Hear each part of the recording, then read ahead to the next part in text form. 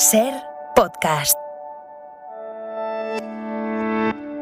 Noche de miércoles, último día de mayo, desplegamos ya la mesa del análisis de Hora 25, hoy con Manuel Rico. Rico, buenas noches. Hola, buenas noches. Lola García, directora adjunta de La Vanguardia. Lola, muy buenas noches. Hola, buenas noches. Y se incorpora a esta mesa del análisis el jefe de opinión de ABC, profesor de Ética y Filosofía Política, Diego Garrocho. Garrocho, muy buenas noches. Buenas noches. El día en 2 minutos, Marina Fernández. Marcado todavía 2 días después por el adelanto de las generales. Enseguida vamos a entrar en el análisis de la actualidad política, pero el miércoles nos deja 2 noticias importantes sobre medio ambiente.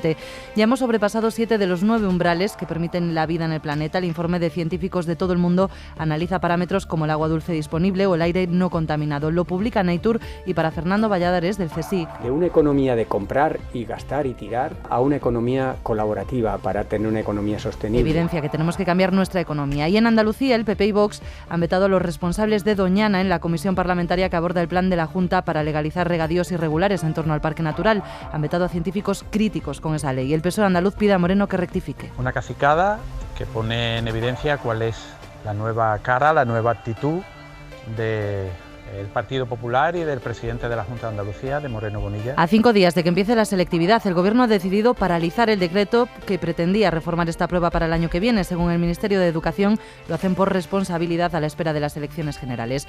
Último día de mayo y con él son 17 meses ya de subida de las hipotecas con el Euribor rozando el 4%. Estoy echándome a temblar. Yo creo que nos subirá unos 300 euros, no hay quien se los quite. Está subiendo mucho y más que va a subir, pues pagarse un 20. 280 euros de más en la cuota de una hipoteca variable media, casi 400 si la hipoteca es de 200.000 y esto se suma a las subidas del año pasado. Portugal ha dado luz verde a la construcción muy cerca de la frontera con Galicia de la mina de litio a cielo abierto más grande de Europa. Alcaldes de la zona como este no están de acuerdo con esta abertura de mina. Y también ecologistas rechazan el proyecto. Todo esto el día del primer informe público de la NASA sobre los ovnis. Según la agencia espacial han registrado unos 800 avistamientos. La inmensa mayoría se explican científicamente, pero un pequeño porcentaje, en torno al 2%, reconoce la NASA, no saben lo que son. Y antes de la contra, la última hora de un atropello múltiple con un quad esta noche en Alcobendas, en la Comunidad de Madrid. Un chaval que ha debido de perder el control del quad y se ha estampado contra una terraza llena de gente. Hay 7 heridos, uno de ellos crítico, que al parecer es el propio conductor, Alfonso Ojea. El quad ha perdido el control en plena plaza del pueblo de la localidad de Alcobendas, invadiendo la acera y llevándose por delante a 7 personas que estaban a esa hora, a las 7:30 de esta tarde, en una terraza. De los 7 heridos, 2 están graves y 1, en efecto, en situación crítica. Se trata de un varón de 25 años que conducía el quad y que sufre graves lesiones en el cráneo y en la pelvis. Ha sido intubado por las emergencias regionales y trasladado al hospital. Sobre los heridos graves, los 3 presentan fracturas y también traumatismos. Han sido trasladados a otros centros médicos. El quad de este accidente, un modelo japonés de altas prestaciones, ha sido retirado por la policía local que desarrolla la investigación. Y en la contra de Hora 25, ¿con cuánta fuerza estaría pidiendo el PP hoy un adelanto electoral inmediato si Sánchez hubiese decidido no hacer nada tras las elecciones del domingo y tirar hasta el final de la legislatura? ¿Cómo de fuerte sería el rugir hoy de los conservadores pidiendo un adelanto electoral que ahora no les parece atinado en cuanto a la fecha? Porque el 23 de julio hace mucho calor y a Feijóo no le gusta lo de votar el 23 de julio. Convocar elecciones en las fechas más calurosas de nuestro país y en el mayor éxodo vacacional en nuestro país es un hecho sin precedentes en casi medio siglo de democracia española. Se busca la menor participación y que los ciudadanos no puedan asistir a votar, no lo sé.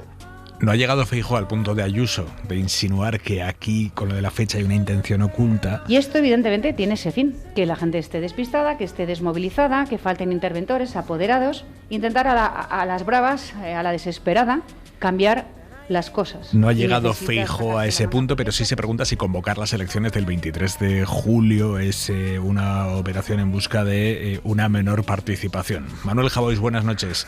Buenas noches, Aimar. ¿Tú qué crees? Yo creo, a ver, si Feijóo cree que el 23 de julio media España está ya de vacaciones fuera de su ciudad, a lo mejor España no va tan mal. A lo mejor, no sé, si esos votantes, y digo más, si esos votantes suyos están disfrutando ya de sus vacaciones y no pueden o no han podido votar por correo, a lo mejor es que tantas ganas de echar a Sánchez no tienen. Que esto tampoco sería raro. Hay quien tuitea 24 horas cada día contra un señor, pero luego no le quites el vermú para meter la papeleta en un sobre y así despedirlo de su cargo. El verano históricamente es la estación en la que pasan las mejores cosas de la vida. No siempre, pero generalmente. Yo no sé qué más puede desear un votante del PP o de Vox que recordar un verano así. Un verano de playa, de cenas, de copas en el puerto, de amigos, de amores, del entierro del socialismo. Si eso se produce, yo me imagino a esa gente parafraseando a Lemmy de Motorhead y su frase: el verano de 2023 fue fantástico. No me acuerdo de nada, pero nunca lo olvidaré. Feijóo está tan empeñado en que no le guste nada de lo que hace el gobierno que si ahora le regala la mayoría absoluta, yo creo que no la quiere porque es verano, la quiere por su cumpleaños. A mí hoy, cuando lo estaba escuchando en rueda de prensa, me recordaba a mi hijo cuando pidió por Reyes Magos el cargador de un iPad que se le había estropeado, y los Reyes le dejaron un iPad nuevo con su cargador nuevo y todavía no nos lo ha perdonado. El cabreo le dura hasta hoy.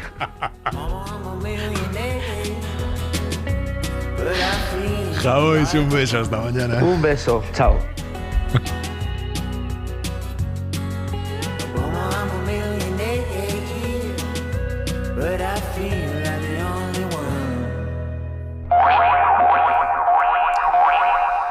Pedro Sánchez ha intentado hoy inyectar un chute de autoestima orgánica a un partido, el PSOE, que se debate ahora mismo entre la excitación de una campaña inminente en la que se lo juegan todo, la vida o la muerte, y se debaten entre eso y el abatimiento por la cantidad ingente de poder institucional que ha perdido el partido, con lo que eso se traduce en pérdida de puestos de trabajo y sobre todo sin haberla olido, que esta es la clave de todo esto, que ni la olían, que esto les podía pasar. Hoy el presidente ha reunido en el Congreso a sus diputados y senadores, los ha arengado, así como van a escuchar ante el 23 de julio. Tenemos que hacerlo por nuestros hijos y por nuestras hijas, por los hombres y mujeres que queremos la mejor de las Españas. Por todos ellos y por todas ellas, el Partido Socialista debe parar esta corriente reaccionaria. Corriente reaccionaria en la que Sánchez coloca de igual manera al PP y a Vox. Los sitúa en un tándem, se refiere a ellos ya como derecha extrema y extrema derecha. Derecha extrema el PP, extrema derecha Vox. En unas elecciones de ámbito local y autonómico, pero lógicamente de repercusión nacional, venciendo el domingo la conjunción formada por la derecha extrema y la extrema derecha. Y eso hace necesario clarificar la situación.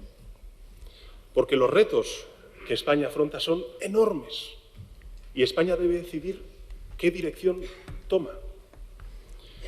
Hay que clarificar si los españoles y españolas quieren seguir políticas de ampliación de derechos o quieren derogar esos derechos tal y como clama la coalición de la derecha extrema y la extrema derecha. Hay que saber si los españoles y españolas quieren que al frente del gobierno esté una fuerza socialdemócrata comprometida con Europa o un tándem de derechas extremas que copian a la limón, como hemos visto este pasado 28 de mayo, los métodos y las proclamas que hemos visto en Washington, en Budapest o en Brasil. Y ha explicado en esa comparecencia Sánchez cómo tomó la decisión del adelanto electoral tras los resultados del domingo. Tomé la decisión pensando en mis compañeros y en mis compañeras que han trabajado en los ayuntamientos, en las diputaciones, en los cabildos, en los consells, en las autonomías, en los compañeros que se han desvivido desde los gobiernos autonómicos, desde las asambleas y parlamentos autonómicos. Tomé la decisión pensando en vosotros y en vuestro trabajo. Porque ningún líder que merezca serlo puede mirar para otro lado cuando los suyos sufren un castigo tan inmerecido y tan injusto como el que se ha sufrido el pasado 28. Pero el ímpetu de ese aplauso público a Sánchez por parte de diputados y senadores representa parte del estado anímico del PSOE, porque no todo el mundo en el PSOE ni de lejos está en esa clave de remontada. Inma Carretero, buenas noches. ¿Qué tal? Buenas noches. En este momento contrasta mucho la actitud de la dirección federal intentando chutar optimismo a todo el mundo y algunos diputados que esta mañana se encontraban por primera vez con sus compañeros y reconocían después que el ambiente es de fin de ciclo. Decían que como en 2011 hay coincidencia en que el adelanto es la mejor decisión, porque explicaba un veterano que del shock se pasa a la depresión, y lo que preocupa a Ferraz es eso, que sea difícil implicar a los territorios en la campaña que viene, que cuelguen el teléfono con desgana cuando llamen para llenar autobuses con militantes. Eso explicaban fuentes socialistas. Quieren hacer una campaña de todos modos diferente, más concentrada, con menos actos, pero que está basada en la movilización. Necesitan que el partido reaccione y por eso Sánchez hoy se se ha empleado a fondo con la empatía, con la emotividad y ha dedicado mucho tiempo a explicar qué supone un gobierno de Feijóo y Abascal. Algunos diputados salían del Congreso con las pilas puestas, decía un senador que ahora tienen que disparar y no llamar al voto racional, pero todo esto tienen que hacerlo después de haber superado la semana que viene el trago de la elaboración de las listas, que tienen que dar acomodo a muchos cargos apeados del poder. Son unas candidaturas muy disputadas en un contexto además en el que muchos dirigentes están pensando en tomar posiciones para el control del partido en los territorios después de las generales, porque los debates sucesorios se han frenado, pero están en todas las conversaciones del PSOE, que si no conserva el gobierno, y en esto coinciden todos, volverá a abrirse en canal. Gracias, Inma Carretero, jefa de política de la cadena SER. ¿Qué análisis hacéis, Lola, Diego, Manuel, de la clave en la que ha pronunciado Sánchez hoy su discurso ante el PSOE, la recepción de ese mensaje, o que ese mensaje ha tenido por parte del partido? Lola García, empiezo por ti. Bueno, a mí me ha sonado un poco a un discurso de rabia ante la injusticia, ¿no? O sea, de considerar que se ha cometido una injusticia, y un discurso pues con ese punto de rabia y de cabreo. Creo que las dos comparecencias que ha hecho el presidente no le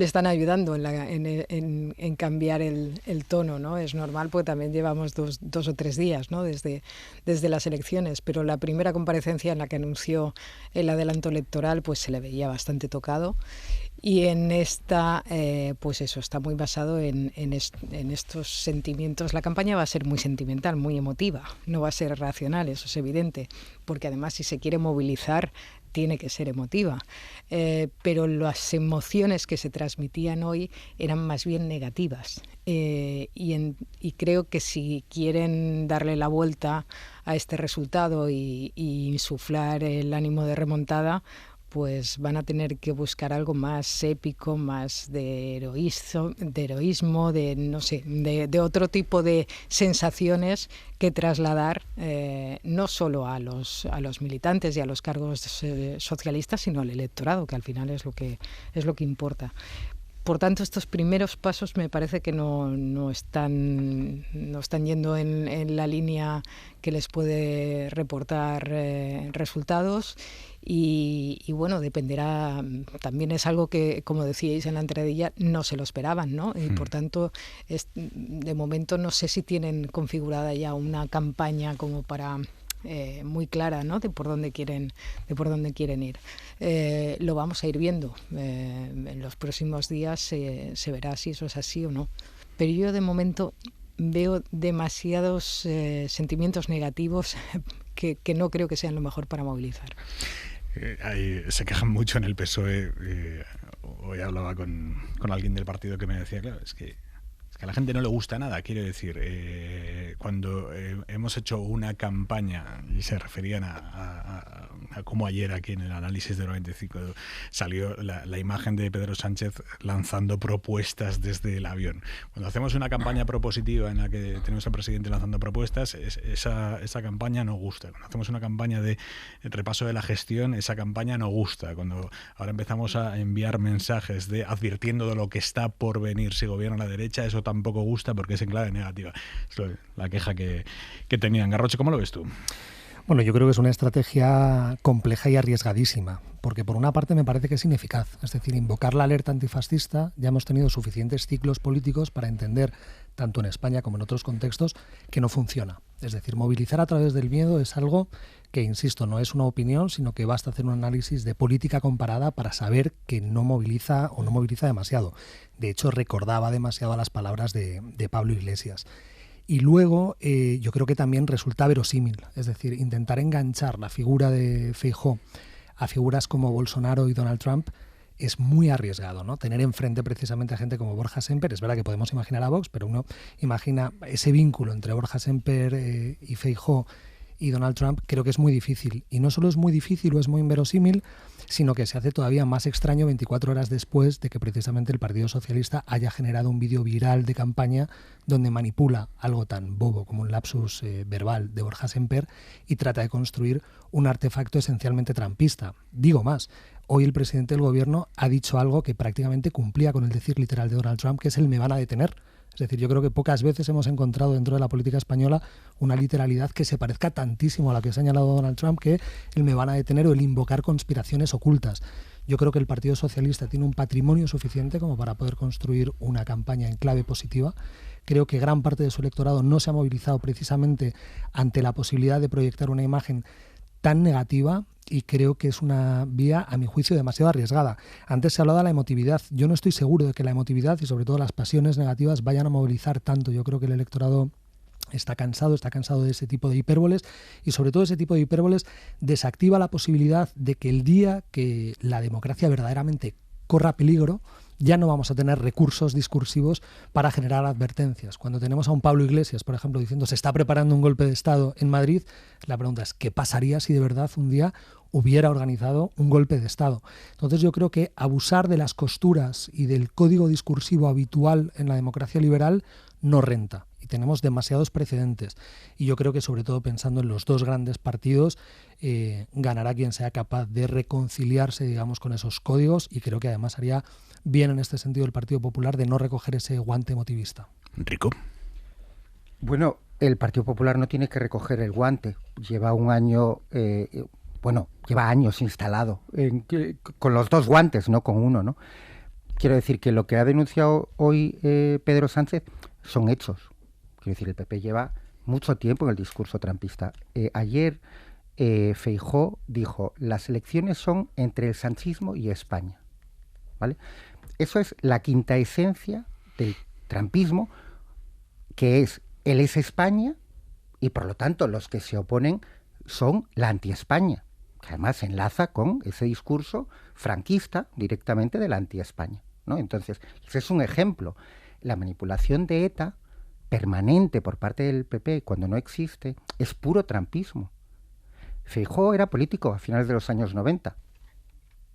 Yo trabajaba en Galicia. Basta comparar cuántas veces pronunciaba Feijóo la palabra ETA en los 90 o a principios de los 2000, cuando asesinaba, y las veces que pronuncia en un día la palabra ETA ahora. Eso es puro trumpismo.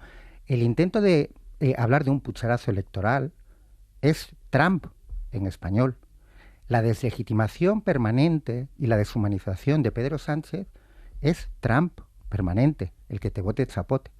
O sea, por lo tanto, además, discrepo de otra cuestión, que es que no le rente. Al PP, desde luego, claro que le renta. Por eso sigue con ese discurso. Y la prueba de que le sale rentable, también hay muchísimas pruebas. En Marbella han presentado una candidata que sus familiares más directos están imputados o son sospechosos, presuntos narcotraficantes. En Madrid... Ha sacado mayoría absoluta. En Madrid, el gobierno de la Comunidad de Madrid montó una campaña de mentiras acusando a Pablo Iglesias de lo ocurrido en las residencias, cuando son ellos los que tomaron las decisiones que llevaron al abandono de miles de ciudadanos que murieron, y sacó mayoría absoluta. O sea que esto es la realidad, estos son hechos. Yo no estoy poniéndole ningún elemento moral. Si está muy bien votar a alguien que tiene a todos sus familiares como presuntos narcotraficantes o no.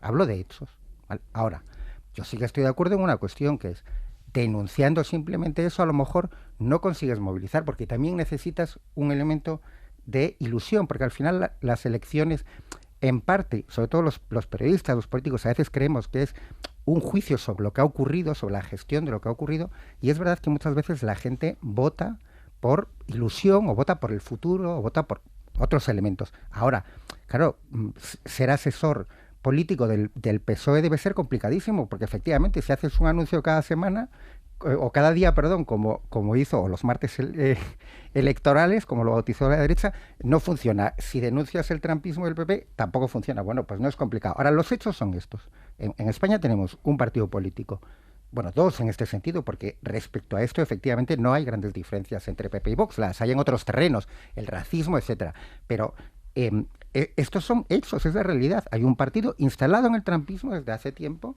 desde antes de la llegada de Feijóo. Feijóo cogió el guante, utilizo esa metáfora que me parece muy, muy adecuada, cogió los dos guantes que le dejó Casado, se los puso y siguió con el mismo discurso, pese a que algunos hablaban del Feijóo moderado, que eso sí que es una invención. A ver, Diego y Lola. Diego. Sí, bueno, yo creo que podemos inaugurar categorías analíticas más finas y puede haber cosas que no nos gusten y yo estoy absolutamente dispuesto a señalar que hay errores o que puede haber excesos discursivos en el Partido Popular que yo censuraría, y ese es un debate posible, pero no quiere decir que sean necesariamente trampistas. Yo insisto, hoy hemos tenido un presidente del gobierno que ha hablado de conspiraciones ocultas, que ha mencionado a medios de comunicación. Dentro de su gobierno, saliendo ya del discurso estrictamente sanchista, yo creo que sí que se han dado algunos pasos, y es que España no había conocido a políticos con cargos ejecutivos dentro del gobierno que hayan nombrado a ciudadanos por su nombre y apellidos, que se hayan dirigido de una manera muy concreta a los medios de comunicación signando a periodistas, que apelen a conspiraciones ocultas y a intereses que no son visibles. Es decir, toda esa parte yo creo que se parece más a Trump que simplemente a lo mejor usos discursivos que no nos pueden gustar dentro del Partido Popular, que a su vez creo que es un partido plural, y yo insisto, puedo estar de acuerdo en que se pueden cometer excesos discursivos. Es una opción intentar vincular a Feijóo con Orbán o con Bolsonaro. Yo creo que no sale. Además, esto tiene una parte que va a ser muy buena, es que lo vamos a saber en 50 días. Yo creo que no funciona, yo creo que no ha funcionado, insisto. Creo que la alarma de que viene la derecha atroz en España no funciona, y sobre todo que olvidamos una cuestión, es decir, que es que ser de derechas es una opción política legítima. Es decir, que no se puede desacreditar una opción posible dentro del espectro político. Y yo creo de verdad que sería, es decir, han generado un patrimonio suficiente como para poder vindicarlo, y sobre todo creo que esta estrategia es la que ha traído el Partido Socialista hasta aquí. Yo creo que existen evidencias suficientes para entender que no ha funcionado. Hay que confiar mucho para que persistir en esta idea vaya a acabar funcionando. Lola. A ver, yo creo que el lenguaje trumpista se ha importado en la política europea y en la española y lamentablemente sí que es rentable, me parece que sí. Lo que ocurre es que yo creo que el Partido Popular ha cogido algunos rasgos de ese lenguaje, pero sobre todo algunas personas del Partido Popular. Yo creo que hay un reparto de papeles, si quieres, no explícito, o sea, no pactado, sino pues que surge de una manera natural por los diferentes liderazgos que hay, que permiten al Partido Popular lanzar algunas de estas andanadas que sí que tienen un tono trumpista. Es decir, cuando coges declaraciones de Isabel Díaz Ayuso hablando de pucherazos o insinuando que no va a haber interventores y por tanto, ya acabo yo la frase, alguien va a llenar las urnas de papeletas, ¿no?, que no son las que corresponden. En fin, esta serie de cosas a mí me parece que sí que son un lenguaje claramente trumpista. Lo que sí que estoy de acuerdo es que probablemente eso aplicado a Feijóo no va a funcionar, porque aunque Feijóo utilice pues un lenguaje, digamos, yo no diría trumpista, sino más demagógico, ¿no?, a la hora de hablar de sanchismo y estas cosas, pues bueno, también la izquierda puede utilizar en algunos momentos palabras similares aplicadas a la derecha, ¿no? Me parece que eso no va a funcionar, porque no es un tipo de personaje y de líder político al que le puedas asimilar pues en un extremo. No sé si después es tan moderado o menos moderado de lo que le aplican, pero es cierto que su imagen no transmite eso, y por tanto creo que esa vía no es una vía que le vaya a salir rentable al PSOE. Yo creo que le saldría más rentable algo que le va a costar mucho hacer, porque viene de pegarse un batacazo, que es proyectar más ilusión. Y lo digo porque yo en los últimos años en Cataluña he visto cómo partidos independentistas han sido capaces de movilizar tremendamente a la sociedad con mensajes de ilusión. O sea, no mensajes basados en lo que hemos hecho o lo que no hemos hecho. También es verdad que tenían implícitamente un rechazo hacia otra parte, ¿eh? Es decir, también es un contra alguien, porque el contra alguien también funciona. Pero ese contra alguien en el caso de los independentistas, pues contra España o contra Madrid, en fin, todo eso, lo que en realidad aglutinó a tanta gente es la ilusión por algo. Entonces creo que vamos, estoy hablando en términos ya de marketing político, no ideológico. Creo que estamos ante una campaña en la que el PSOE tiene que huir, si quiere conseguir algo, del solamente contra la derecha y la ultraderecha. Hoy precisamente Feijóo ha estado allí en Cataluña, ha estado en un acto con el Círculo de Economía, que es uno de los principales epicentros del poder empresarial en toda España. Le han preguntado allí si necesitara llegar a pactos con Vox o gobernar en coalición con Vox, ¿qué haría? Él insiste en que quiere gobernar en solitario. Mi objetivo es que en España haya un gobierno que tenga una mayoría suficiente para poder hacer las reformas que necesita el país. Más allá de lo que ha dicho Feijóo, que esto yo lo viene repitiendo desde que llegó al liderazgo nacional del Partido Popular, más allá de eso, la noticia hoy en ese encuentro de Feijóo con el empresariado catalán ha sido como el empresariado catalán le ha puesto una alfombra roja al que entiende que va a ser el próximo presidente del gobierno. Allí ha estado el periodista de la SER, Albert Prat.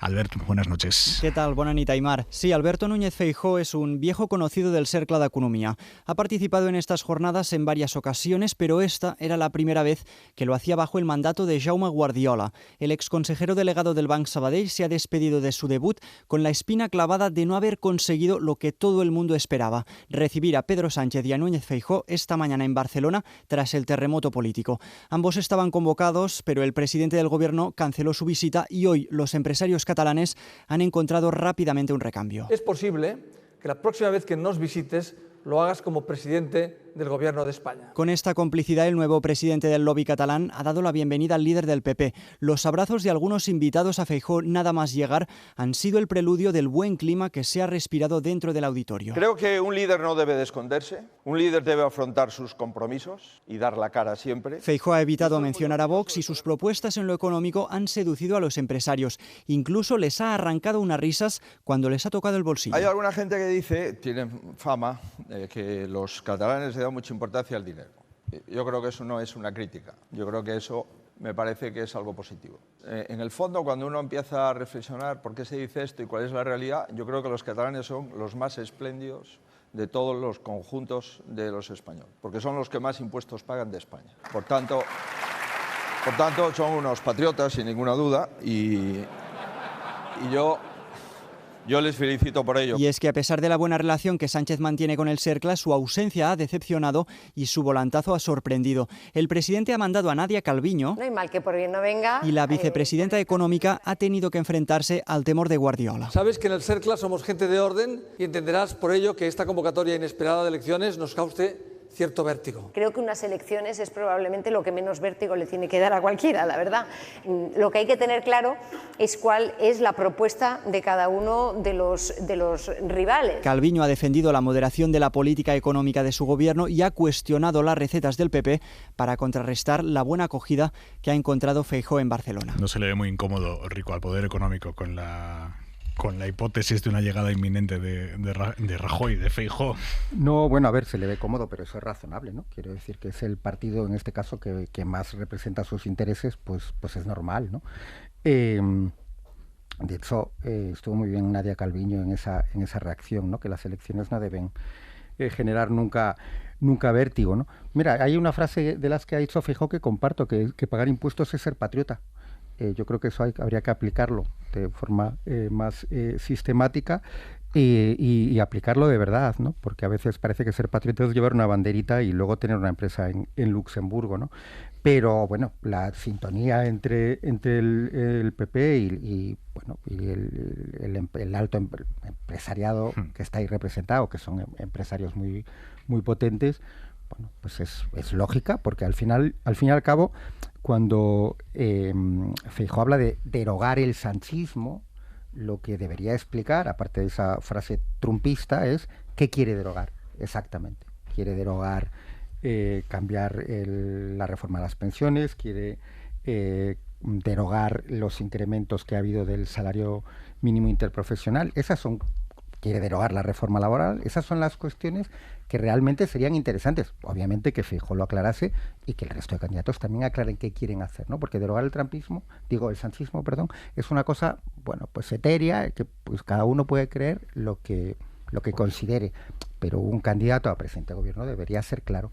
Y estoy seguro que si lo aclarase, que ya adelanto que tengo exactamente cero esperanza de que lo haga de aquí al 23 de julio, pero se vería todavía más el entusiasmo con el que le aplaudirían en el Cercle, ¿no? Diego Garrocho. Sí, bueno, yo creo que el movimiento que encontramos efectivamente de determinados agentes relevantes dentro de la sociedad española lo que demuestran o lo que genera es una previsibilidad de victoria. Es decir, uno a veces sabe dónde está el gato por cómo se mueven los ratones. Y yo creo que efectivamente estamos viendo, digamos, a parte de la élite de este país, y este es uno de los ejemplos, que lo que parecen preludiar es una victoria de Feijóo. Sí tengo algunas dudas que lo de derogar el sanchismo sea trumpista, porque no creo que Trump sepa lo que es el sanchismo. No, hombre, no. Y de nuevo creo a la demagogia y a no entrar en los detalles. No, pero yo creo que no que Trump hable de Sánchez, que creo que no ha llegado ahí, pero me parece que era obvio, ¿no? No lo sé, porque como todo es trumpismo, pues efectivamente con esa categoría la podemos mover sobre toda la realidad política y tratar de resumir fenómenos que, insisto, que creo que pueden ser algo más complejos. Yo creo, yo escribí en ABC un texto que se llamaba El antisanchismo, y yo decía, he visto a las mejores cabezas de mi generación destruidas por el antisanchismo, es decir, que yo también soy muy crítico, es decir, con una propuesta política que sea puramente negativa. Pero sí creo que del mismo modo se hace perfectamente inteligible que se entiende con derogar el sanchismo. Hay una personalidad política detrás del sanchismo, como habrá un albertismo. A veces ¿Qué es derogar el sanchismo? Digo, pues, tú lo entiendes, dices, explícanoslo. Quiero pensar que sí, es decir, hay una manera de hacer política que se compadece con lo que ha hecho el Partido Socialista durante esta legislatura. El sanchismo son medidas concretas, ¿no? Digo yo, porque obviamente si Sánchez no está, pues es que no hay nada que derogar. Que termine Diego. No, pero que lo puedo resolver. Es decir, quien considere que Pedro Sánchez es un presidente del gobierno ejemplar entenderá que ha inaugurado un paradigma de hacer política. Y podemos hablar del sanchismo, del aznarismo, del feijóísmo, es más cacofónico, pero también acontecerá. Es decir, cada líder político inaugura o plantea un paradigma de gobernanza. Y podemos entender que efectivamente se puede aprobar, y entiendo que quienes vayan a votar al Partido Socialista estarán aprobando, digamos, esa manera de hacer política, y que quienes quieren plantear una alternativa lo que quieren es derogar y generar efectivamente algún tipo de iniciativas legislativas que deroguen. Por ejemplo, yo puedo hablar de algo que conozco perfectamente, la ley de universidades. Yo la derogaría mañana. No creo que el PP esté pensando en la ley de universidades cuando habla del sanchismo. Pero creo que es un ejemplo muy claro de que podemos entender que efectivamente hay una colección, digamos, de medidas legislativas que pueden derogarse, que es lo que plantea el Partido Popular. ¿Qué es lo que no te gusta de la ley de universidades? Bueno, lo que no me gusta porque me parece que no genera un espectro, por ejemplo, de igualdad de oportunidades.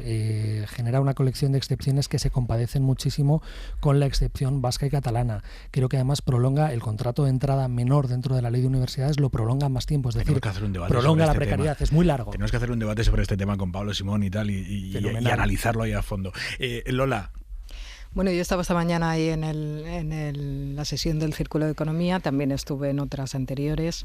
Yo recuerdo en el 2021 que a Pedro Sánchez se le puso no una alfombra roja, sino casi dos, porque acaba de anunciar los indultos, y el empresariado catalán, el empresariado en general suele defender sus intereses. El empresariado catalán más todavía, voy a decir. Y por tanto los intereses del empresariado catalán van modificándose evidentemente con el contexto. En aquel momento, en el 2021, el contexto era el de salir del procés, todavía estábamos con todo aquello más caliente, y la medida de los indultos fue muy bien recibida por los empresarios catalanes. Y recuerdo que efectivamente a Pedro Sánchez lo aplaudieron mucho. Hoy han aplaudido mucho a Feijóo, sobre todo el discurso económico. Básicamente el discurso económico, que es lo que ha copado el 80% de su intervención. No tanto el discurso relativo al conflicto catalán. Es decir, yo creo que sigue habiendo una cierta desconfianza que se pueda volver a momentos, y de hecho en la intervención del presidente del Círculo ha habido algunas referencias veladas, es decir, hay una cierta desconfianza que se pueda volver a un enfrentamiento de nuevo entre el gobierno catalán y el gobierno español, si Feijóo es presidente, no digamos si Vox tiene alguna intervención en el gobierno, y que todo eso vuelva a reavivar el tema independentista aquí. Es decir, la receta económica evidentemente la suscriben al 100%. Aunque ha habido un detalle, cuando le han preguntado por el impuesto de patrimonio y ha dicho que él no está de acuerdo y que lo suprimiría, pero que no lo va a suprimir, porque antes hay que enjugar la deuda pública y que por tanto tampoco iba a prometer cosas que luego no iba a hacer. Está bien que sea sincero, pero que incluso el empresariado hubiera querido más todavía, ¿no? Pero, el empresariado siempre quiere más. Sí, no, a ver, me resulta curioso por eso. Ahora sí que es verdad una cosa que decía Diego, ¿no? Que, o no sé si era Manuel o Diego quien lo decía, que huelen que esto puede cambiar. Luego también el hecho de que no hubiera venido Pedro Sánchez, pues bueno, ha concentrado toda la atención en Feijóo, y es normal. Es muy interesante las jornadas del Círculo para ver la relación entre el poder político y el poder económico. A mí me gusta observarlo porque realmente es para sacar muchas teorías. Sí, a ver, yo iba a intervenir antes, me quería colar, hice bien en no colarme. Es que me parece muy interesante lo que dice Diego, ¿no? Él entiende que derogar el sanchismo incluye, por ejemplo, la derogación de la ley de universidades. Y yo creo que ese es un elemento clave, que lo explique, porque probablemente, si preguntamos a 10 personas, a lo mejor hay 4 que creen que va a incluir la ley de universidades. En la cena secreta con personajes importantes de la magistratura también le pidieron derogar una serie de leyes, o sea que probablemente hay determinados fiscales que cuando escuchan derogar el sanchismo y les suena bien, están pensando en otras leyes. O sea, ¿Me puedo colar con esto? ¿Quieres un detalle del paquete? ¿No? Bueno, es lo mínimo, ¿no? Si te presentas... que yo creo que está bastante claro qué quiere decir el Partido Popular cuando habla de sanchismo. Pues debo ser el único tonto en esta mesa. Yo creo que quiere decir dos cosas. Uno, no hablar del PSOE, porque así introduce una cuña entre un liderazgo y su partido. Sí. O sea, es como si Sánchez no fuera socialista, ¿no? Es una cosa que le ha pasado al PSOE, pobres, que al fin y al cabo no se lo merecen. No son tan malos, y menos sus votantes, ¿no? Sí, o sea, que pueden venir. Yo creo que eso está claro que va por ahí. Y después el otro componente del sanchismo son los aliados de Sánchez. Ya, pero como se presenta a unas elecciones en las que se supone que además, según las encuestas, y parece que tiene posibilidades, y según el empresario catalán, muy acertadamente, probablemente tiene muchas posibilidades de gobernar, pues hombre, yo creo que lo mínimo que debe hacer un candidato a presidente de gobierno es explicar qué quiere hacer en elementos esenciales, porque pues sí, ya lo dijo, obviamente dijo que quería derogar prácticamente todo. Todas las que diga lo que quiero decir, que al final, oye, Rajoy se presenta a unas elecciones que 4 días antes del domingo en el que se votó en el 2011, en una entrevista en El País dijo que la ley de dependencia no era sostenible, que tú a priori dices, caramba, decir esto, y luego eso efectivamente se cargó la ley de dependencia, la financiación de la ley de dependencia, con lo cual por la vía de hecho se cargó la ley de dependencia. Pues a mí me parece más honesto. Quiero decir que yo creo que es lo que espera realmente los ciudadanos. Es más, creo que es a lo que tenemos derecho, que todos, insisto, todos los candidatos nos digan qué va o qué pretenden hacer, más allá de las estrategias de puro marketing político o de mensaje político, que entiendo perfectamente por dónde van. Garrocho, tengo un minuto. Sí, muy rápido. Yo creo que, yo no soy del Partido Popular, entonces esta sería una pregunta que tendría que responder algún dirigente del Partido Popular, pero lo que sí considero es que se hace verosímil el sintagma derogar el sanchismo. Y pongo algunos ejemplos legislativos que pueden ser más concretos. El delito de malversación y la manera en la que se legisló ad hoc. Es decir, el momento en el que se hace una ley pensando en personas concretas, esa es una práctica que se puede derogar. Es decir, creo que lo que plantea el Partido Popular es que se deje de legislar pensando en personas concretas, y luego también hay prácticas muy concretas. Es decir, ¿forma parte de lo que ha ocurrido en esta legislatura que una fiscal general del Estado ha pasado a ser ministra? Sí. Creo que derogar el sanchismo es derogar una práctica de este tipo. Puede ser también derogar el sanchismo. ¿No? Pasó Fue ministra y después fiscal general del Estado. Pero tenemos más ejemplos, es decir, ¿podemos imaginar a un ministro que acaba siendo magistrado del Tribunal Constitucional? Lo tenemos. ¿Puede compadecerse con el sintagma, derogar el sanchismo, que ese tipo de prácticas se destierren de la política? Un militante del Partido Popular que fue presidente del Tribunal Constitucional. Sí, y yo entendería que quien plantea derogar esas prácticas es verosímil. Si lo único que digo es que el sintagma se puede entender. Venga, que no es nada seguimos. escandaloso. Hora 25.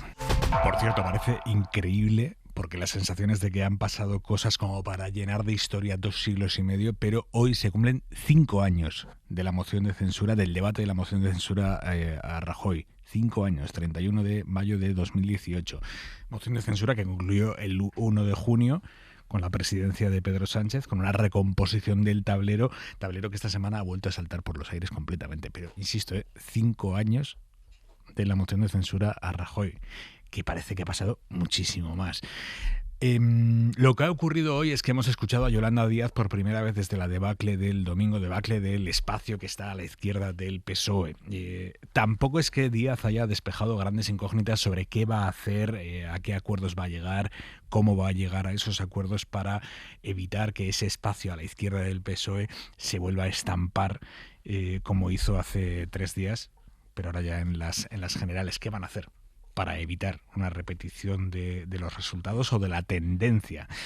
Ana Fernández Vila, buenas noches. ¿Qué tal, Aimar? Buenas noches. Sí, Díaz mantiene la discreción total sobre esas negociaciones. Su primera aparición ante los medios tras la debacle del domingo y el adelanto electoral la ha despachado en 30 segundos y se ha limitado a asegurar que es consciente del desánimo, pero que asume el reto de las próximas generales. Sé que hay muchos demócratas y muchas personas progresistas hoy que están desanimadas. Les mando un mensaje claro, de esperanza y de confianza. Asumo el reto y salimos a ganar este país. No ha querido dar ningún detalle de esas negociaciones, pero a la pregunta de cómo van las conversaciones con Podemos se ha dejado este mensaje. España nos está esperando. Palabras de Díaz urgiendo al acuerdo tras el intento de hoy de Iglesias en TV3 de descargar sobre ella toda la presión y la responsabilidad por un posible fracaso. La presión que tiene Yolanda encima en este momento no se la deseo yo a nadie. Nosotros nos hemos llevado un golpe tan enorme, pero la responsabilidad que tiene el líder, eso es el 90%. A 9 días de que se cierre el plazo, todos los partidos tratan de conseguir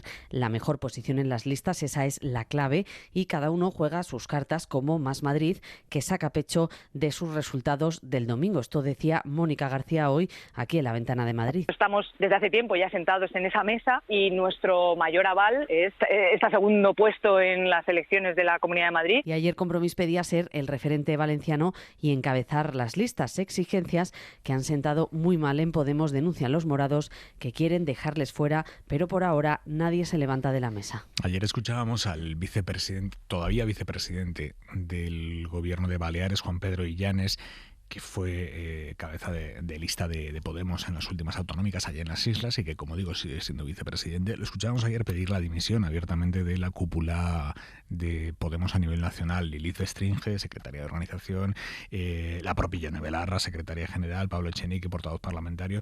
Hoy lo que se ha producido es la dimisión de una buena parte de la... Bueno, no sé si se podría explicar como la dirección de Podemos en Castilla-La Mancha, digamos el Consejo de Gobierno de Podemos en Castilla-La Mancha. Un tercio ha dimitido en una comunidad en la que el partido ha quedado completamente fuera del poder institucional. Vámonos a Toledo. Claudia Moreno, buenas noches. Hola, buenas noches, Aimar. Cuéntanos exactamente qué es lo que ha pasado, cómo se ha comunicado esta dimisión. Un total de 10 de los 36 miembros, como apuntabas, del Consejo Ciudadano de Podemos de Castilla-La Mancha han dimitido de su cargo y lo han hecho de forma irrevocable. Justifican la decisión con los malos resultados, pero sobre todo porque los personifican en el coordinador regional, José Luis García Gascón.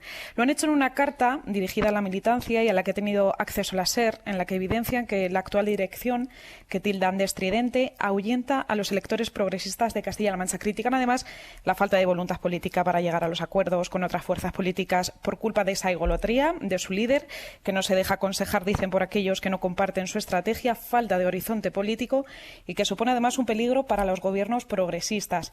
Recordamos, Aimar, que en la misma noche electoral el todavía dirigente de Podemos en Castilla-La Mancha culpó de los resultados electorales de su formación a Emiliano García Paje y lo hacía por haberle atacado. Declaraciones que tampoco han gustado a la totalidad de sus consejeros. Cabe destacar que estos abandonos no tienen consecuencias estatutarias, sino que buscan la presión de la militancia sobre su líder, García Gascón. Por cierto, estas 10 personas, Aimar, ya te adelanto, que están preparando el proyecto de Sumar en Castilla-La Mancha.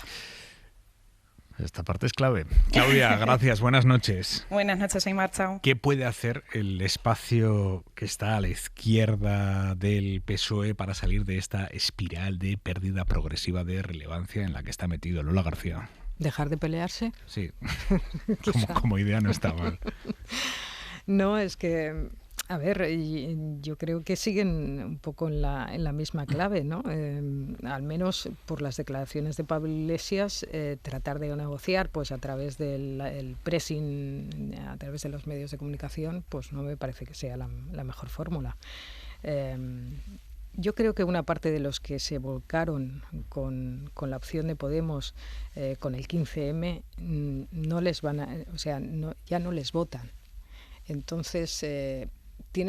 yo creo que tendrían que buscar pues abrirse, adaptarse, reinventarse, no sé, buscar no vivir de la nostalgia. A mí me da la impresión, sinceramente, hoy estoy un poco con las emociones, parece la película aquella de dibujos animados de Pixar de las emociones, pero es que tengo la impresión de que Pablo Iglesias está sumido en la nostalgia o también no sé, en sensaciones también muy negativas, pero es que tienen, ¿cuánto les queda? Una semana. Les queda una semana y los inputs que se reciben pues siguen siendo en el mismo tono que antes de las elecciones, ¿no? Yo creo que al final llegarán a un acuerdo. Lo que pasa es que la gente también acaba percibiendo que es un acuerdo pues cogido con pinzas, muy mal cosido y que por tanto se puede descoser con mucha facilidad. Y este es el problema. Carrocho. A ver, yo creo que la circunstancia es clara en términos estratégicos de venir juntos. Yo creo que en eso existe, digamos, un consenso técnico de que van a sacar mayor rédito yendo juntos, pero creo que no se está contemplando, que no siempre se contempla, el que se va a abrir un escenario nuevo. Y es ver algo tan amable como el discurso tradicional de Yolanda teniendo que convivir en una proximidad de intimidad con ministras, o en este caso ya serán políticas que son antiotanistas, es decir, se va a tener que confrontar con posiciones que creo que son muy impopulares en un país como España en el 2023, o va a tener que convivir con prácticas como colgar en una lona el nombre de un ciudadano sobre el que no pesa ninguna carga judicial, o los usos de Pablo Iglesias que señalan o es capaz de señalar que hay un golpe de Estado preparándose desde Madrid. Creo que eso es algo que se tiene que tener en cuenta, es decir, se va a tener que evaluar cómo convive la dulzura, digamos, del discurso de Yolanda con esa crudeza, con esa dureza, y luego la cuestión no es simplemente qué es lo que tienen que hacer, sino cuál va a ser el resultado de ese pacto, ¿no? A mí me interesa muchísimo cuál va a ser el número 2 por Madrid. Si imaginamos que efectivamente va Yolanda y quién es el 2, ¿no? Si va a ser efectivamente Íñigo Errejón o si sería Irene. Entonces creo que está muy bien visto lo de que el ciclo del 15M se ha agotado. Yo creo que el final de Ciudadanos lo explica también muy bien. Yo creo que es muy melancólico el añorar efectivamente lo que pudo ser y no fue. Y sí creo además que, volviendo a la cuestión de las dimisiones, algo que no ha ocurrido en el Partido Socialista y que tampoco ha ocurrido en Podemos es una lectura crítica, autocrítica. Y yo creo que además esa es la primera marca de la excelencia. Yo no conozco a ninguna persona excelente que no asuma incluso más responsabilidades de las que le son propias. Y yo creo que esto lo podemos reconocer incluso en el ámbito personal. Los excelentes, los grandes capitanes del espíritu que son capaces de emprender cosas verdaderamente valiosas, tienden a hacerse responsables de casi todo. Entonces, escapar o sortear esta responsabilidad, yo creo que es una torpeza y creo que en ocasiones la izquierda ha expulsado, y este sí que es un defecto típico de la izquierda, creo que la derecha tiene otros, expulsar a la disidencia. Es decir, operan desde un purismo que en muchas ocasiones expulsa a quien podría estar sacando la tarjeta amarilla antes de que la sociedad te saque la tarjeta roja. Entonces yo creo que desde un tiempo a esta parte Podemos concretamente está hablando para un país que sencillamente no existe o no es España en el año 2023. Rico.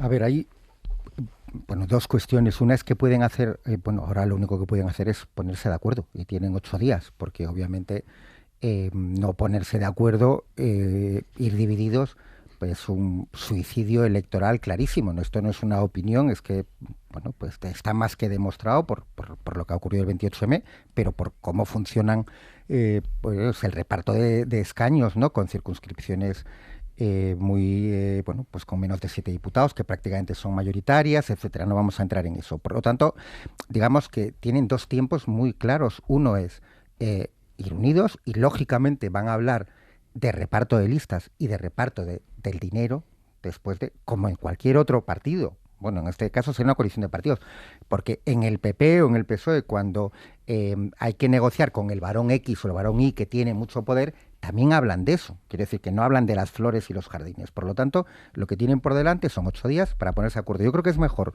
que lleguen a un acuerdo el viernes que el martes de la semana que viene, precisamente para cortar este debate de raíz. Y luego, dependiendo de lo que pase, pues es obvio que si tienen posibilidad de seguir en el gobierno, aparte de seguir en el gobierno, tendrán que reconstruir ese espacio ya con más calma, y si están fuera, pues también tendrán que reconstruirlo, pero en unas circunstancias más difíciles. Eso respecto al acuerdo inminente.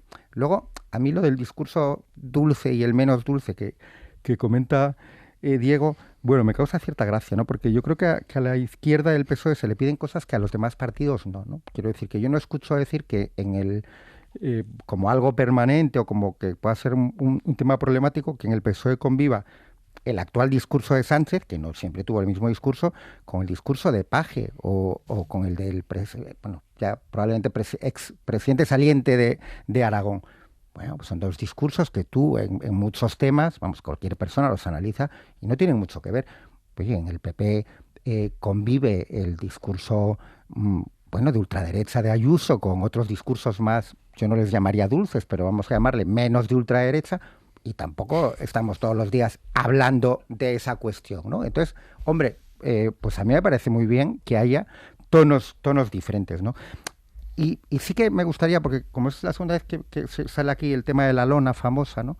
Del hermano de Ayuso, a mí me puede gustar más o menos la lona. En concreto la lona no me gusta demasiado, pero a mí lo que sí que me gusta es, digamos, que darle la importancia Vamos que a explicar tiene. bien, por si hay algún oyente de fuera de Madrid que este tema lo haya cogido tangencialmente. Esto es una lona que puso Podemos durante la campaña con la cara del hermano de Isabel Díaz Ayuso y el mensaje que dejó Pablo Casado diciendo: lo que no es normal es que en lo peor de la campaña factures con tu hermano 280.000 euros por unas mascarillas. Básicamente esta era la lona, que la Junta Electoral lo que dijo es, ante la denuncia del Partido Popular, dijo: nosotros no nos podemos meter en si hay un delito contra el honor de este señor, lo único que podemos hacer es pedirle a Podemos que ponga el logo más grande. Esta es la polémica de la lona. Entonces, la lona pues puede ser yo creo que hay gente dentro de Podemos incluso que consideró que eso fue un error o no, se puede discutir sobre eso, pero desde luego lo importante para mí, yo ahí estoy con el discurso de Casado. Lo importante es, porque a ver, no todo lo que ocurre es ilegal, solo faltaría. Los periodistas no nos dedicamos a hablar solo de cuestiones ilegales, los ciudadanos no se dedican solo a hablar de cuestiones ilegales, para eso están los procedimientos judiciales. Por lo tanto, la lona te puede gustar más o menos. Lo que a mí me extraña que guste demasiado es que alguien se lleve 280.000 euros por la patilla, ¿vale? Eso yo creo que gusta o debería gustar menos. La prueba... No es incompatible una cosa con la otra. Te puede gustar muy poco la facturación del hermano de Ayuso y te puede gustar muy poco que un miembro del gobierno de España lleve una camiseta con la cara de esa persona al Congreso de los Diputados. Perfectamente, pero son cosas de una gravedad para mí diferente. La prueba es que al anterior presidente del PP no le gustaba nada. Consideraba que era un motivo para dar explicaciones, ¿no? Y ese ciudadano anónimo, quien lo convirtió en no anónimo, fue la administración que le dio esos 280.000 euros. A mí me recuerda, pues yo no soy nada partidario, pues ya tengo una edad casi de la jubilación, ya en el programa electoral yo voy al capítulo de pensiones ya, ¿no? Y no soy nada partidario de contar cosas del abuelo Cebolleta, pero una de las primeras temas de investigación que hice, trabajaba en Galicia, se refería a el entonces número 2 de Fraga, que se llamaba José Cuiña, que el pobre hombre ha fallecido bien, y era sobre una trama empresarial en la que había puesto a su madre como administradora, ¿no? Y un poco, y la defensa, o parte de la defensa fue esta, que es que nos estábamos metiendo con su madre, que era una ciudadana anónima. Digo, no, perdóneme, es que quien puso a su madre de administradora fue usted. Si no, obviamente no hablaríamos de eso. Y aquí es lo mismo. Oiga, quien sacó del anonimato al hermano de Ayuso fue Ayuso. Garrocho, estás levantando la mano. Es que no lo tengo muy claro. Es decir, que la administración contrate con un ciudadano algo no es sacarlo del anonimato, primer punto. También ha señalado algo que me parece muy importante, y es que la culpabilidad o la inocencia de un ciudadano lo deciden los jueces. Hombre, eso faltaría. Hablando de Podemos, hemos encontrado a una ministra como la ministra Montero, que sí se ha pronunciado sobre la inocencia probada en sede judicial, y ella ha sentenciado la culpabilidad de personas que se encontraban en un proceso que los jueces habían declarado inocentes. Estoy pensando, por ejemplo, en el marido de Juana Rivas. Hay una cuestión, no me quiero poner demasiado profesoral, por favor, pero creo que la democracia liberal nos exige el que entendamos algunos juegos formales donde lo que tenemos que preguntarnos es si estaríamos dispuestos a asumir simétricamente el mismo gesto por parte de nuestro adversario político. Yo puedo decir con perfecta rotundidad que no toleraría jamás, no importa de qué ideología, que algo tan emparentado con el poder como un partido político sea capaz de señalar a ciudadanos que son efectivamente anónimos. Creo que inaugurar o que dar ese paso lo único que hace es intoxicar efectivamente el código de conversación pública. Creo que si estamos dispuestos a tolerarlo por los nuestros, sean los nuestros quienes sean, tendríamos que estar dispuestos a tolerarlo también en el caso del adversario, y creo que esto no hace un bien a la democracia. De modo que yo creo que ese régimen de simetría formal, donde lo que aspiramos es efectivamente a cultivar una palabra pública y unas palabras o unas prácticas políticas comprometidas con la virtud pública, creo que no se compadecen muy poco con la práctica de la lona, con la práctica de que la ministra Montero llamara a Sálvame para tomar posición sobre cuestiones que atañen en democracia exclusivamente a los jueces. Y creo, me ha sorprendido también mucho las palabras de la vicepresidenta Yolanda. No, ¿a los jueces y a quién más en democracia? No, a los jueces les atañe el juicio penal o el tema del procedimiento judicial, si lo hubiese, o a los fiscales una investigación y decidir en términos penales, que es lo que se planteó en este caso. Sí, claro. Obviamente, y a los ciudadanos nos corresponde, a todos los ciudadanos podemos tener un juicio político sobre una cuestión política, o un juicio moral sobre lo que nos parece moral o inmoral, o lo que nos parece políticamente correcto o incorrecto. Solo faltaría. Y desde luego, por supuesto que estoy de acuerdo contigo en una cosa: lo que le aplicas a la tabla de medir, lo que le aplicas al contrario, tienes que empezar por aplicártelo a ti mismo. Desde luego, es que el otro, que muchas veces los políticos lo hacen, pues bueno, esa doble vara de medir inaceptable, pero por supuesto, es que no va a haber dos códigos diferentes, ¿no? Concluye, Diego. No, por salir de dudas. ¿Alguien sostiene que enriquece la democracia el que una ministra comparezca al Congreso de los Diputados con la cara de un ciudadano, o que una candidata comparezca a un debate con la cara de un ciudadano, o que se estampe una lona en una calle de una capital con la cara de un ciudadano que da la casualidad de que es además familia de otra representante pública? Yo, con toda rotundidad y por un compromiso democrático, digo que eso entorpece e intoxica la conversación pública y la calidad democrática de este país. Lo que digo lo haga es quien lo haga. Que entorpece mucho más la calidad democrática darle 280.000 euros mediante una adjudicación a tu hermano. Lola, ¿quieres participar de este debate? No he visto la lona, sinceramente, pero bueno, sí que he visto por Twitter que circulaba, pero es que tengo la impresión de que este tipo de cosas que se hacen evidentemente para provocar, ¿no? Para suscitar, tú no pagas como partido político una lona de estas para que pase desapercibida, pues lo haces conscientemente para provocar. Creo que lo que consiguen es que al final se tape lo realmente importante, ¿no? Que es el caso en sí. Si tú quieres denunciar un caso de supuesta corrupción, pues con esto estamos discutiendo sobre si es más o menos ético que sea la foto de un ciudadano anónimo, o si no es anónimo, claro, pero al final nos alejamos del fondo de si aquella práctica fue correcta o no fue correcta, si hay corrupción o no hay corrupción. O sea que al final acabas consiguiendo una espectacularización que no sirve de nada, que lo que hace es perder el fondo de la cuestión. Y como evidencia de que esa campaña no logró los resultados que buscaba. Encima o sea, eso. creo que eso es objetivable, que la campaña no logró los resultados que buscaba. Es que Podemos ha terminado fuera de la Asamblea de Madrid, del Parlamento Autonómico y del Ayuntamiento de la capital también. Hablábamos de partidos en horas bajas, en este caso bajísimas. Ciudadanos no se va a presentar a las generales, lo anunciaron ayer, y hoy, entre toda la gente, que es mucha dentro de la que queda, que le tiene ganas a la actual dirección de Ciudadanos, hoy hemos escuchado a Edmundo Val, ex portavoz parlamentario del partido, el hombre que intentó disputarle el liderazgo a la cúpula actual. Pues hoy hemos escuchado a Edmundo Val en Televisión Española despachándose todo el a gusto que ha querido contra la decisión de no concurrir a las generales.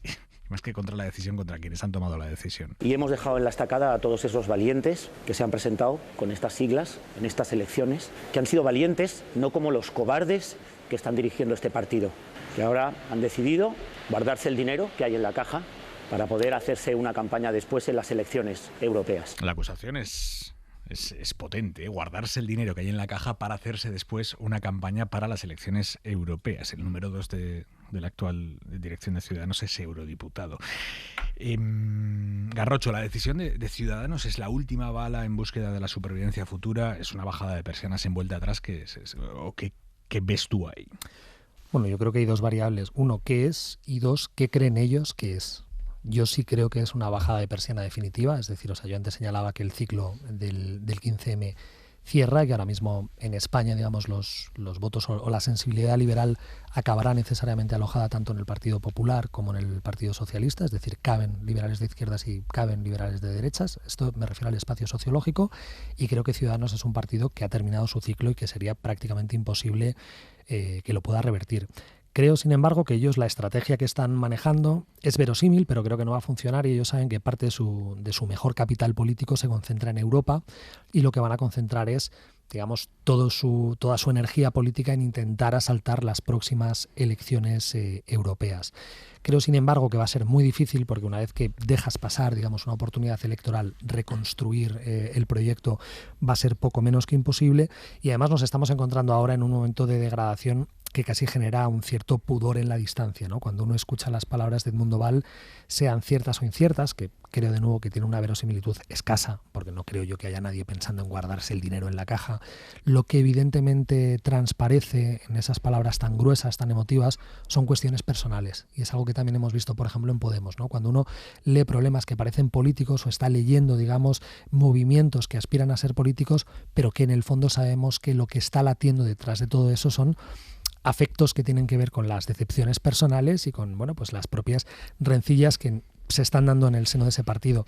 En el caso, además, de Ciudadanos es muy triste porque hemos visto a gente pegarse por nada. Y yo creo que combatir por algo en ocasiones uno puede ser comprensible, incluso pegarse por un escaño, pegarse por una secretaría general de un partido, pero pegarse por un capital que ya no existe, a mí me parece que ha sido un final especialmente traumático y especialmente poco digno para la historia y la trayectoria, con momentos notables de un partido como Ciudadanos. Lola García.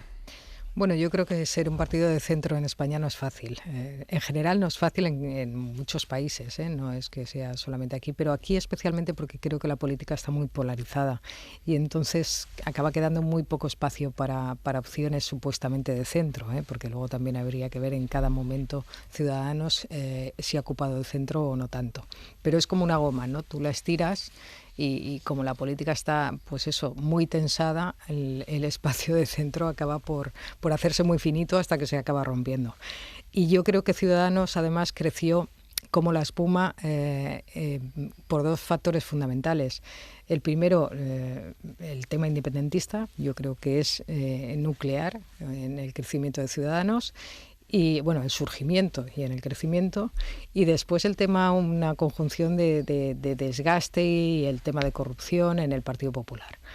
Esas dos cosas ahora mismo no están en su momento álgido. El Partido Popular está en un momento más dulce y el tema independentista está más adormecido. Por tanto, eso más errores estratégicos, más que es un partido que fue muy personalista, sin un enraciamiento de la estructura territorial, que creció, pues eso, un poco como espuma, ¿no? Pues creo que al final pues la espuma acaba por deshacerse, ¿no? Y yo creo que es lo que pasa. Bueno, yo, si se me permite la ironía, no sé si en España habría espacio para un partido de centro, porque yo no creo que nunca haya habido un partido de centro en España, de centro liberal, al menos si lo entendemos como la FDP alemana, por ejemplo, ¿no?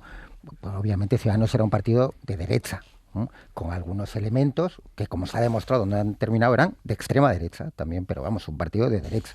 Por el centro, UCD, pues también era un partido pues de los caciques del momento y era de derechas, ¿no? Quiero decir, bueno, pero oye, le llamamos centro, vale.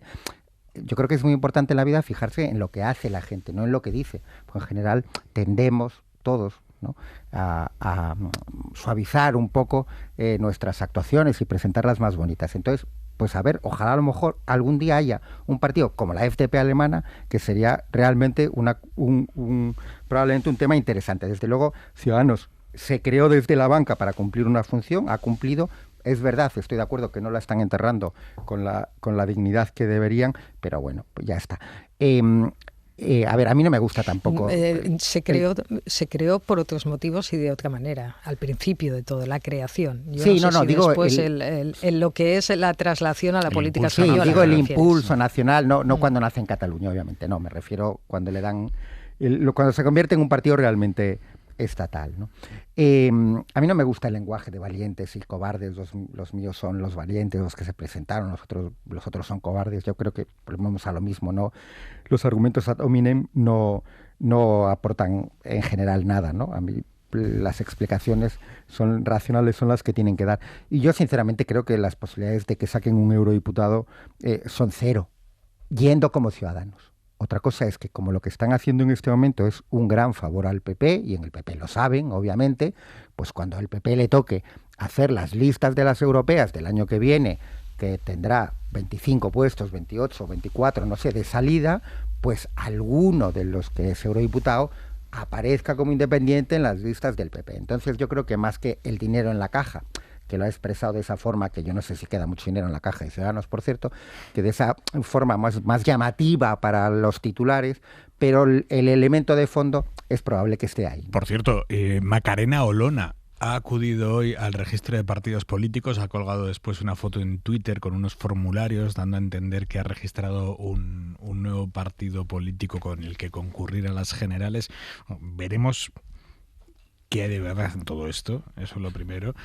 Pero bueno, es exactamente con lo que venía amagando Olona desde que rompió con Vox, el presentar una candidatura a las generales. Claro, una cosa es presentarla y otra cosa es el recorrido que vaya a tener, porque hay unos requisitos mínimos que cumplir, hay que lograr X número de firmas, demás. ¿Qué os sugiere esta reaparición de Olona? Bueno, me ha parecido ver como que hacía como un Rivera, ¿no? O sea, ponía un zapato azul, un zapato rojo, o sea, como venía a decir que estaba entre unos y otros, ¿no? Que se iba a poner entre la derecha y la izquierda, como buscando el espacio. A mí me ha recordado un poco los inicios de Albert Rivera, cuando decía eso, que no era ni de socialistas, ni de populares, ni de unos ni de otros, ¿no? Me recordaba, igual ha visto ahí un filón ahora que se extingue Ciudadanos, no sé. No es muy curioso, estaba recordando efectivamente que Rivera decía lo de ni rojos ni azules, pero sí, no nos acordamos de que Pablo Iglesias también lo decía al principio. Es decir, ahí están las hemerotecas y podemos reconstruir que en el momento fundacional de Podemos se apelaba efectivamente a la ruptura del eje derecha-izquierda, apelando a los de arriba y a los de abajo, e impugnaba precisamente... Sí, pero Olona no habla de los de arriba. No, con el caso de Olona, mi única aproximación verosímil es literaria. Quiero decir, yo no puedo hacer una interpretación política de cuál es el significado de algo que naturalmente no tiene visos verosímiles de convertirse en una opción política real. Entonces, de nuevo, retomo a lo mejor el caso que hablábamos con Edmundo Val. Creo que habla más de la expresión de un estado anímico de una persona muy concreta, que de algo que pueda compadecerse con un movimiento político reconocible y explicable en términos políticos. Bueno, yo enlazo con lo anterior. Otra que tiene un partido de centro con su discurso, ¿no? Que la hemos visto con un discurso radical de extrema derecha durante años en el Congreso, ¿no? Pues también es de centro. Pues efectivamente está en la tradición española de lo que aquí se considera centro, ¿no? Con lo cual tiene encaje. Y ya un poco más serio, porque al ser un partido que no tiene, en caso de que esté inscrito en el registro, que efectivamente esa es otra, ¿no? Pero necesitaría para poder presentarse el 0,1% de firmas del censo en las provincias donde se quiera presentar, ¿no? Eso significa en Madrid, por ejemplo, alcanzar en torno a 48.000 firmas. Es una cosa completamente imposible, con lo cual yo creo que si realmente esto es algo que va más allá de una ocurrencia en Twitter, a lo mejor Olona consigue presentarse por 2 o 3 provincias. Entiendo que por Granada, por donde ella fue diputada y por donde le gustaría presentarse, y no tengo claro que consiga las firmas para poder presentarse, ni siquiera presentándote como el nuevo adalid del centrismo. Por cierto, metido en análisis de aquellos a los que les ha ido mal en estas últimas elecciones, tenemos ahí también al independentismo catalán, sobre todo a Esquerra, que se ha metido una leche de 300.000 votos en las municipales. Estamos hablando de que el PSOE en toda España ha perdido 400.000. Esquerra en Cataluña ha perdido 300.000. Y Junts, aunque le ha ido algo mejor, porque tenían ahí el factor Trias en Barcelona, que les ha metido mucho voto, que no es especialmente puigdemontista, Junts tampoco ha salido especialmente reforzado de estas elecciones. Y a partir de ahí se ha generado en estas últimas 48 horas un debate un tanto artificial, impulsado por Junts, sobre si, visto lo visto, les interesaba o no concurrir juntos a las próximas elecciones generales como un bloque independentista. Esta tarde ha habido una reunión entre la cúpula de Esquerra y la de Junts. Parece que eso está descartado. Esquerra no quiere saber nada de listas conjuntas. ¿Cómo se explica, Lola, lo que está pasando en el independentismo catalán, lo que les ha pasado en estas municipales y cómo lo están gestionando ahora? Bueno, hay una desmovilización clarísima del votante independentista, que no quiere decir que desaparezca, sino simplemente que no encuentra otra opción, ¿eh? Yeah. O sea, que no se cambia de bloque. Porque no ocurre, por ejemplo, o sea, el PSC ha tenido un buen resultado, pero tampoco ha llegado a los niveles de algunas convocatorias electorales que había llegado a tener alrededor del 1.000.000 de votos, se ha quedado en 712.000, me parece. Quiero decir que no, es un votante que está claro que está desmovilizado, que está desencantado y que se queda en casa. Entonces yo creo que los dos grandes partidos están haciendo la reflexión de las peleas constantes entre nosotros al final no suman, no les reportan beneficios a ninguno de los dos. Y como además en estas elecciones generales se va a producir esa polarización entre PP y PSOE, pues creen que pueden quedar bastante descolocados en las generales. Y la opción es intentar lanzar el mensaje de que lo de la derecha está asegurado, que va a gobernar PP y Vox, y que ante eso pues Cataluña está en riesgo y su lengua, su autogobierno está en riesgo y por tanto hay que hacer un frente independentista. Y aquí cada uno interpreta un frente como le parece. Uno habla de una lista unitaria y el otro habla de bueno, vamos a ir más o menos juntos y no pelearnos mucho, pero tampoco vamos a hacer una lista conjunta, ¿no? ¿Hasta qué punto Junts plantea esto de la lista unitaria para que Esquerra le diga que no y quede como el malo de la peli? Sí, por supuesto. Es que hay buena parte de eso. Que ríete de las peleas que tienen en Podemos y Sumar para que estos consiguieran hacer una lista unitaria en estos momentos. Yo creo que la cosa sería bastante más complicada incluso. Lola, ¿qué va a pasar con el Ayuntamiento de Barcelona? Porque aquí las elecciones las ganó Trias, las ganó Junts por un escaño más que Collboni del PSC. Entonces habría dos opciones y básicamente Esquerra es la que decanta, que Esquerra le termine dando la alcaldía a Junts o que Esquerra le dé la alcaldía a una suma más compleja el PSC con los comunes. Es básicamente esto, ¿no?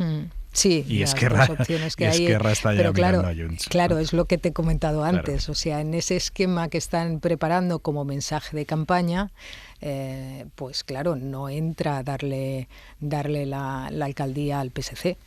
Justamente, y yo creo que va a estar bastante claro que va a ser Trias. Otra cosa, yo creo que lo van a dejar simplemente como la lista más votada y que sea alcalde sin necesidad de de hacer ninguna otra maniobra alternativa, sino simplemente como lista más votada, y después, sin hacer pactos, me refiero, y después, pasadas las elecciones generales, pues ya veremos, porque Trías solamente tiene 10 diputados, quiero decir, hay 10 concejales, necesita establecer acuerdos, y si es por Trías, va a intentarlo primero con los socialistas. Esa va a ser su primera opción. O sea, para que veáis un poco también que efectivamente lo que decías antes de Junts per Catalunya, Junts ha resistido bastante mejor que Esquerra Republicana. Esquerra Republicana 300.000 votos, tenemos que tener en cuenta que el PSOE ha perdido 388.000, ¿no? Si no me equivoco. O sea, imaginaos lo que supone en relación. En cambio, Junts ha perdido 8.000 y hay que tener en cuenta que Trías se ha llevado 150.000. Quiero decir que si no hubiera sido por el efecto Trías, pues igual hubieran perdido 80.000 perfectamente. ¿Sería mínimamente factible algún tipo de intento de suma del PSC con el PP y demás? ¿O ahí no dan los números? Hay una suma que sería que es lo que ha estado sobrevolando estos días. Sí. Que sería Colboni, es decir, los socialistas, más los comunes, necesitan 2 más. Entonces, ahí han estado tanteando a Daniel Sirera, que es el del PP. De hecho, yo creo que el PP, antes de las elecciones, si a quien hubieran tenido que apoyar simplemente es a Colboni, a los socialistas, o sea, si los socialistas hubieran llegado en mejor situación y Trías les hubiera dado apoyo a los socialistas y hubieran necesitado algo más, yo creo que el PP se lo hubiera dado. Un poco con el argumento de quitamos a Colau de en medio y quitamos a los independentistas de en medio, ¿no? Se lo damos a un socialista, pero es un mal menor. Y además, encima, Sánchez nos debe, tiene un alcalde socialista, pero es gracias a nosotros. Eso el PP lo estuvo barajando con anterioridad, pero el resultado no es ese. El resultado es que tendría que ser socialistas, comunes, más 2 votos del PP. Y claro, yo no veo ahora mismo. Está complicada la cosa, ¿no? dando apoyo. Lola, ¿y Ada Colau qué va a hacer? O sea, quiere decir, en principio ninguna de las sumas posibles pasa porque ya repitan la alcaldía. Una alcaldesa que suma 8 años de legislatura puede continuar en un ayuntamiento en algo que no sea la alcaldía. Yo no lo creo. No creo que continúe. Ella, desde los inicios, le hacía bastante ilusión hacer carrera política en Madrid. Pero ahora se ha descartado como cabeza de lista para el proyecto de, a mí me sorprendió que se descartara porque sabía de su interés. Pero tampoco creo que se vaya a quedar en el ayuntamiento, sinceramente. Yo creo que buscará alguna otra cosa. Yo creo que ahora mismo es cuestión de esperar si hay o no gobierno de progresistas, si se repite la coalición actual o no, y ahí a lo mejor podría tener en algún sitio algún espacio, o se está buscando ya otra cosa, no lo sé. Bueno, lo contaremos. Vámonos a Estados Unidos, una última conexión en este programa, porque en unas horas, más o menos en torno a nuestras 2 de la madrugada, hora peninsular española, la Cámara de Representantes de Estados Unidos tiene que votar el aumento del techo de gasto allí en Estados Unidos, techo de gasto que Joe Biden pactó con el líder de los republicanos la semana pasada. Es una votación importantísima porque si no sale adelante, Estados Unidos entraría en suspensión de pagos en unos días y eso implicaría por ejemplo, que no podrían pagarle las nóminas al cuerpo funcionarial, a los militares. El acuerdo del presidente con los republicanos alejaba esa posibilidad, pero eso aún se tiene que votar. Y a esta hora, Sara Canals, corresponsal en Washington, buenas noches. ¿Qué tal, Aymar? Buenas noches. A esta hora, el ala más dura del Partido Republicano está en que no va a apoyar esto. Sí, exacto. A ver, van a hacer falta 218 votos concretamente y hay mucha expectación sobre lo que pueda ocurrir en las próximas horas por 2 razones. La primera, por lo complicadas que han sido estas negociaciones. Recordemos que se vota a 5 días de la fecha límite para que Estados Unidos entre en suspensión de pagos y que llegar a un acuerdo no ha sido nada fácil. Han hecho falta horas de intensas negociaciones, reuniones incluso entre el presidente Biden, como decías, y el presidente de la Cámara de Representantes, Kevin McCarthy, donde ambos han tenido que ceder y eso ha resultado en este descontento entre los legisladores más extremos de cada partido, pero sobre todo de los radicales ultraconservadores que ya condicionaron la presidencia de McCarthy en enero y que ahora amenazan con boicotear esta ley. Y en segundo lugar, hay mucha expectación también por ver si el acuerdo logra los votos necesarios para prosperar y llegar al Senado de mayoría demócrata, que este sería ya el último de los trámites. McCarthy esta mañana ha asegurado sentirse optimista y al ser preguntado por este descontento entre los radicales ha dicho lo siguiente. Que gobernar no es fácil y que no quiere estar en el lugar equivocado de la historia, pero está por ver, Aimar, cuánto apoyo republicano va a tener finalmente McCarthy en esta votación. Por cierto, Sara, hablando de los republicanos, a Donald Trump y a Ron DeSantis, que hasta ahora eran los dos únicos candidatos con opciones a hacerse o a pelear por la candidatura republicana a la Casa Blanca, les va a salir otro competidor, otro miembro más del Partido Republicano que aspira a pelear por la presidencia, y es Mike Pence. Es un hombre al que Trump conoce bien porque fue su vicepresidente, estuvo a su lado en todo momento durante la legislatura Trump hasta el 6 de enero, hasta el asalto al Capitolio. Ese día Pence se negó a paralizar la sesión que tenía que certificar la victoria de Biden, como le pedía la turba trumpista. Ahí se rompió todo entre Trump y Pence, y ahora Pence va a pelearle o va a competir con el que fue su jefe, Trump, por el liderazgo republicano. Sí, así es. Y va a anunciar candidatura concretamente en Iowa, estado donde se celebra el tradicional caucus, la asamblea en la que los simpatizantes republicanos votan a los distintos aspirantes durante el proceso de primarias y que supone un momento decisivo en la lucha por alcanzar el liderazgo del partido. Mike Pence tiene 63 años, es de Indiana, estado donde fue gobernador, y también cuenta con años de experiencia en el Congreso como legislador en la Cámara de Representantes. Es un republicano muy conservador, contrario, por ejemplo, al aborto, y católico evangelista, aunque es uno de los pocos aspirantes que supone una verdadera alternativa a la figura de Donald Trump. Y digo verdadera porque la mayoría de candidatos son conscientes que de criticar al expresidente se arriesgan a perder el apoyo de gran parte de su electorado. Yeah. Pero no es el caso de Pence, a quien los trumpistas y también el propio Trump consideran un traidor. En algunas entrevistas, el anticristo. Sí, exacto. En algunas entrevistas, además, Mike Pence ha llegado a asegurar que Trump se equivocó aquel 6 de enero, que decidió ser parte del problema y no de la solución, dijo, y que con sus tweets llegó también a poner a su familia en peligro. Y por otro lado, Pence también ha colaborado con la justicia, hace un mes por ser exactos, ofreciendo su testimonio en la investigación criminal sobre el papel que ejerció Trump en el asalto al Capitolio. Sara Canals, corresponsal de la SER en Washington, nos vas contando esta madrugada. Un abrazo, Sara. Así es, un abrazo. Punto y 25. Soledad Gallego Díaz.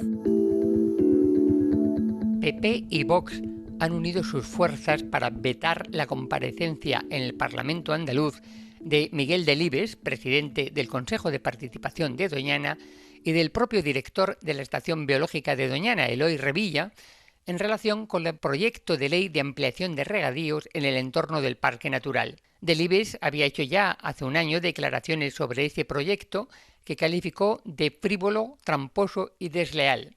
Si la campaña electoral para las elecciones del 23 de julio se desarrolla con un mínimo de seriedad, es evidente que uno de los grandes temas a dilucidar es si el PP cree o no en la urgencia de actuar frente al cambio climático. Ya se sabe que Vox considera que es una mentira total y que no está pasando nada de nada. La cuestión es importante porque, lo crean ellos o no, el cambio climático es una urgencia de primer orden que nos afecta ya de mil maneras y que nos va a provocar problemas muy serios en muy poco tiempo. Hay que actuar ya. Núñez Feijóo no puede continuar en silencio sobre esta cuestión fundamental. El 23 de julio no se vota sobre una idea abstracta de España, sino sobre su realidad. Y el cambio climático es un peligro real y formidable. Ignorarlo, dejar de actuar con sus avances, es puro populismo y se pagará muy caro. Punto y 25. Venga, nos vamos por hoy. Lola García, Manuel Rico, Diego Garrocho. Un abrazo, amigos. Hasta la semana que viene. Buenas noches. Buenas noches. Descansen. Hasta mañana. Adiós. Suscríbete a Hora 25. Todos los episodios y contenidos adicionales en la app de Cadena SER y en nuestros canales de Apple Podcast, Spotify, iVoox, Google Podcast y YouTube. Escúchanos en directo en la SER de lunes a viernes a las 8 de la tarde.